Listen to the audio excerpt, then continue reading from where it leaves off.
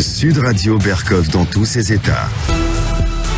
Eh bien, je ne suis pas le seul à être dans tous les états et on reçoit quelqu'un qui a fait beaucoup de bruit par ses révélations et de bruit, effectivement. C'est Adrien Bauquet. On se rappelle son livre « Il faut lire, lève-toi et marche par la science ».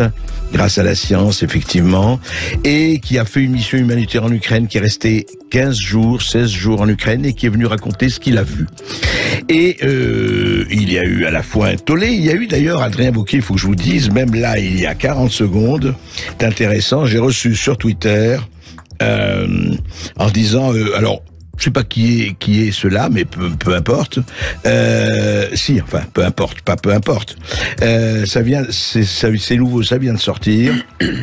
C'est quelqu'un qui disait à propos de alors un certain qui dit fake news, enfin fake news, un fake, etc. Voilà.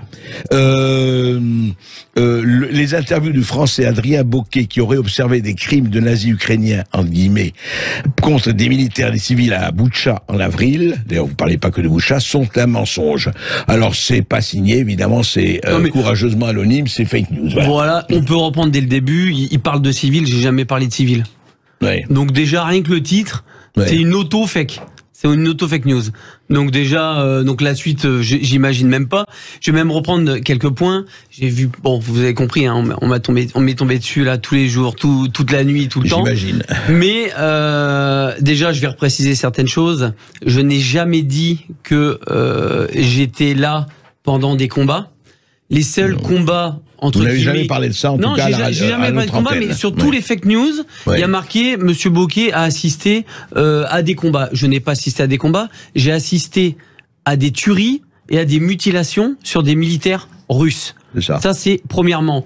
Deuxièmement, les seuls entre guillemets combats où j'ai pu assister sont pas des combats, mais des bombardements que j'avais expliqué, comme quoi, vous savez, les obus avec des mortiers avaient été mal réglés, étaient atterris. C'est les seuls combats auxquels où j'ai réellement assisté. Ça, c'est le deuxième point. Et le troisième point, on va rappeler les petites dates, parce qu'il y en a qui se sont acharnés à essayer de voir quand j'y suis allé, bref, etc. Ça m'a fait beaucoup rigoler. Parce que tous ces gens-là, c'est des gens, en fait, qui n'ont pas mis un pied en Ukraine et qui pensent mieux savoir que tout le monde ou que les gens sur place. Donc, pour un petit rappel, j'y suis allé début avril, j'y suis resté pratiquement tout le mois d'avril. Je suis arrivé au niveau de Boutcha, si je me trompe pas, à quelques jours près, je crois c'est le 3 ou 4 avril. D'accord. Effectivement, Boutcha, l'Ukraine avait récupéré Boutcha. Je vais repréciser une chose. Au moment où je suis arrivé et qu'il y avait justement des militaires Azov à ce moment-là, il y avait donc des militaires russes qui avaient été capturés. Ces militaires russes qui ont été capturés, je n'ai jamais dit que c'était des militaires russes qui étaient capturés à Boutcha. J'en ai aucune idée. Tout ce que je suis en train de vous relater, que c'était des militaires qui avaient été capturés russes et qui étaient au niveau du nord de Boutcha, qui étaient entreposés en Boutcha. Ces militaires russes pouvaient arriver du Donbass, pouvait arriver de partout. Oui, mais c'était alors Adrien Bauquet, c'était pas ça. La polémique était entre les Russes disaient que c'était une mise en scène, les cadavres qui avaient été allongés, etc. Et évidemment les Ukrainiens disaient non, voilà le résultat des bombardements russes qui ont tué. Moi, j'ai été témoin de cadavres qui avaient été déplacés. C'est-à-dire que quand je suis arrivé, il y avait encore des cadavres, et les cadavres, en fait, étaient déplacés pour, si vous voulez, c'est mon avis personnel, pour créer comme une sorte de masse de cadavres à un seul endroit. Alors, pour avancer, en fait, effectivement, il faut quand même se dire que le monde a reconnu, alors que le monde était quand même, je dirais, plutôt d'un côté que d'un autre, a reconnu qu'il y avait eu, ou torture, en tout cas mutilation, etc. Exactement. Ce que vous disiez... Alors, je tiens même à préciser que certaines vidéos donc, qui ont été authentifiées par le monde sont des vidéos que j'avais en ma possession, que j'avais récupérées par des militaires ukrainiens. Donc ces vidéos-là ont été authentifiées par le monde, et je tiens quand même à signaler, il suffit de lire et de regarder ce qu'ont fait le monde. C'est pratiquement mot pour mot le témoignage que je vous ai fait pratiquement quelques jours après. Donc, pour toutes les personnes qui disent que j'ai menti ou qui n'étaient pas très sûrs. Donc je les invite à aller voir cet article du Monde qui est sorti vendredi dernier à 8h et qui authentifie donc mon témoignage et les vidéos dont j'ai parlé. Et il n'y a pas de coïncidence. Et nous avons dit, et nous étions effectivement nombreux, et nous avions dit avant ça, ici à l'émission, moi-même, etc., que nous étions que les crimes étaient des deux côtés. Et pour cela, exactement. Le même journal Le Monde, je le rappelle, le 16 mars, donc il y a 2 mois, très exactement, avait écrit depuis qu'ils ont été interdits par l'Europe au titre des sanctions économiques, qui parlaient de RT, de Sputnik, des télévisions, l'argumentaire pro-russe se fait plus rare dans les médias traditionnels français, je cite toujours Le Monde, sauf dans certains supports ou émissions très à droite. Alors c'est amusant, on m'a toujours dit que j'étais à droite je ne savais pas, mais enfin il faut découvrir.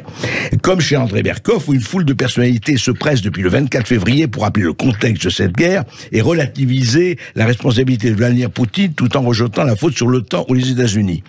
Et moi je dis simplement, j'ai écrit, ils ont cité, je prends des gens différents de la doxa médiatique, 95% des médias disent que Poutine c'est Hitler et que Zelensky c'est Jean Moulin. Cette indignation à sens unique me gêne.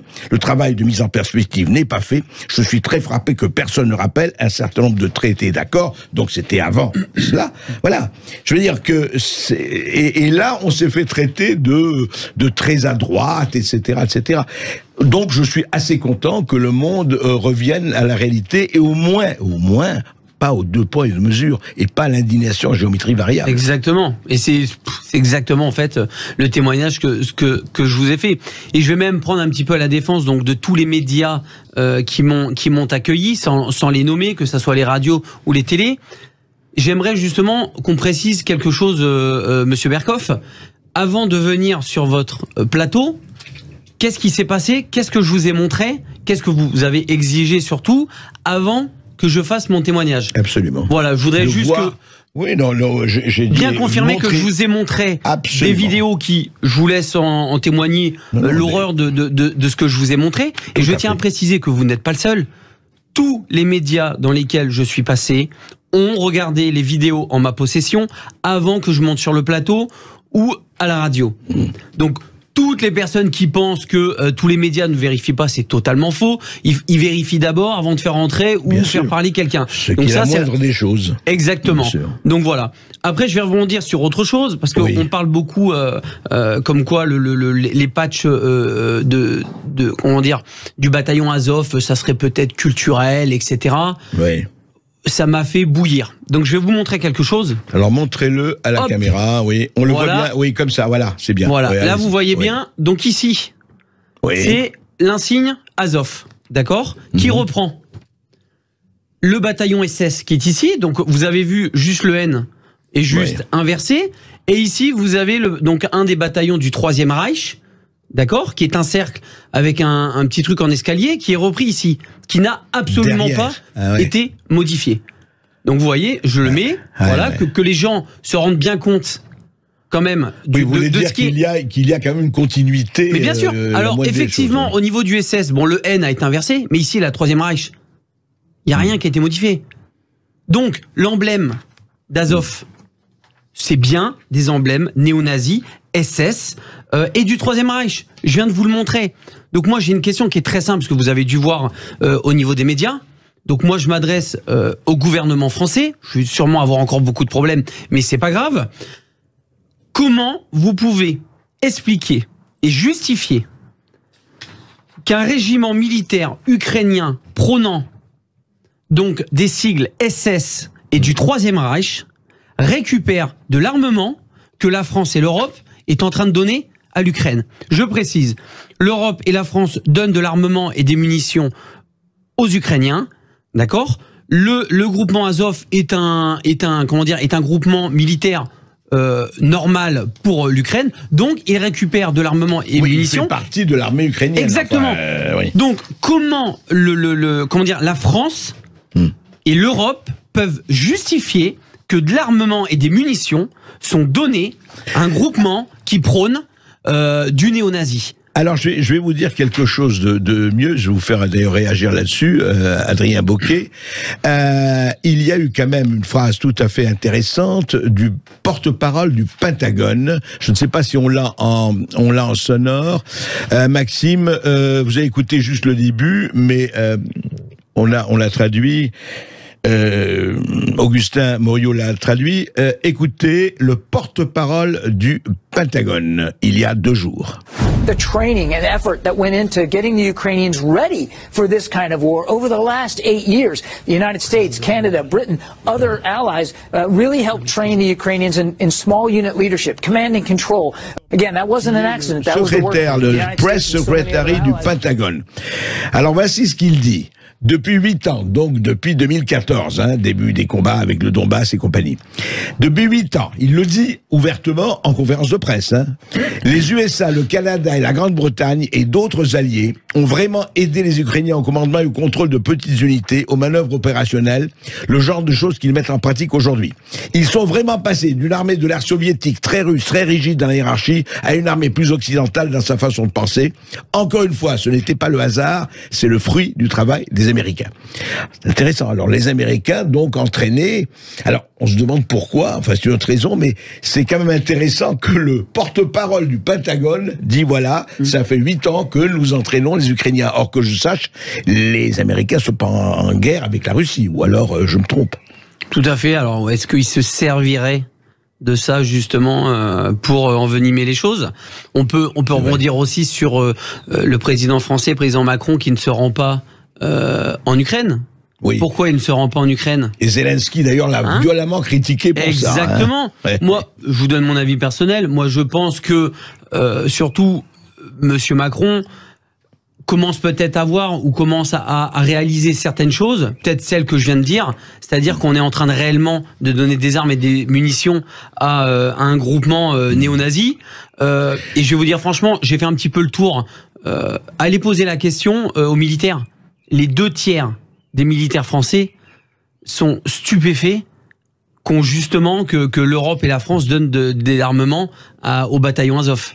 Donc, alors je voudrais dire quelque chose enfin, remontrer la vie.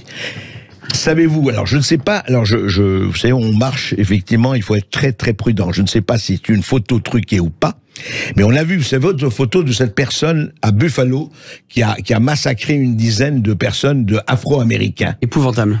Vous avez vu ça? C'est terrible. Eh bien, cette personne, sur une photo, portait, c'est pour ça que ça m'a frappé, je ne l'avais pas vu, portait le médaillon qui est au milieu. Voilà, c'est le Troisième Reich. Voilà, le médaillon du Troisième Reich. Il y a une photo de lui, un jeune mec, un blanc, avec.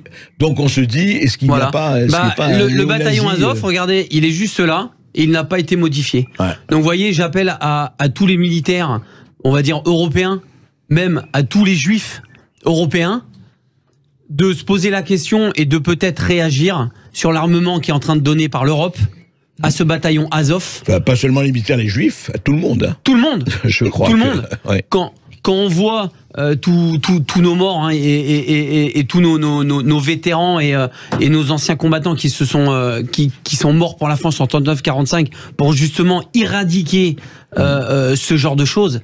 Et au jour d'aujourd'hui, ils sont tranquilles en train de se battre avec les munitions et les armes de l'Europe.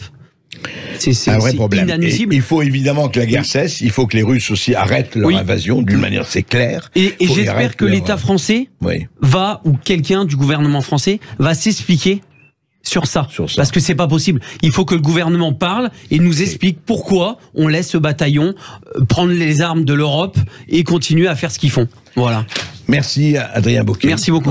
Et vous parliez des militaires français, nous allons recevoir le fameux général des banlieues, Emmanuel de Richouft, sur le sujet évidemment des banlieues qui s'embrasent, avec un responsable éducatif qui a des choses à dire également. Vous nous appelez au 0826 300 300.